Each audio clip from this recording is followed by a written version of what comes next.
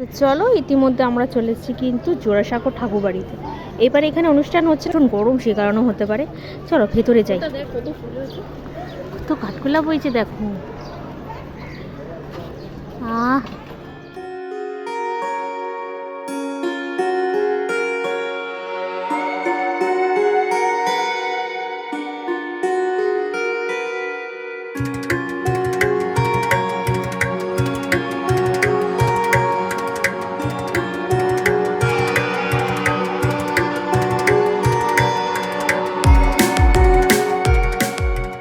তো আজকে কিন্তু ছিল 25শে বৈশাখ, কবিগুরু রবীন্দ্রনাথ ঠাকুরের জন্মদিন। আর আজকে আমরা পৌঁছে গেছিলাম জোড়াসাঁকো ঠাকুর বাড়িতে।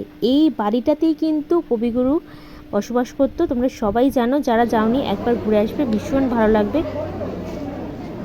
এই দেখো, আমি বলছিলাম অনুষ্ঠান হয়তো হবে না, কিন্তু না, এই দেখো অনুষ্ঠান কিন্তু হবে, সন্ধ্যাবেলায় অনুষ্ঠান হবে এইখানে। এটা হচ্ছে গিরিশ পার্কের পরের স্টপেজ। তোমরা যদি চাও যে এটা একটা ডিটেলসে আমি একটু ভিডিও আনি, তাহলে অবশ্যই কমেন্ট করে জানিও, আমি পুরো লোকেশন সহ দিয়ে দেবো।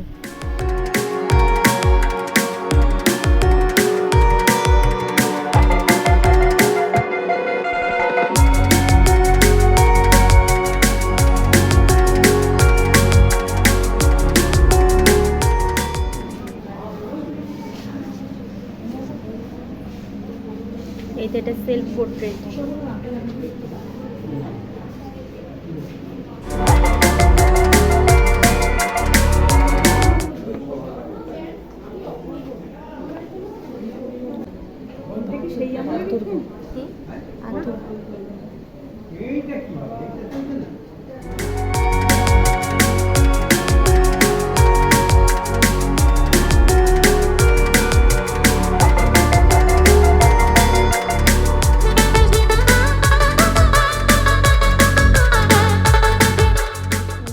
আর এটা হচ্ছে টিকিট ঘর। এমনি সময় তোমরা আসলে কিন্তু টিকিট কেটে তখন তোমাদের মিউজিয়ামটা দেখতে হবে।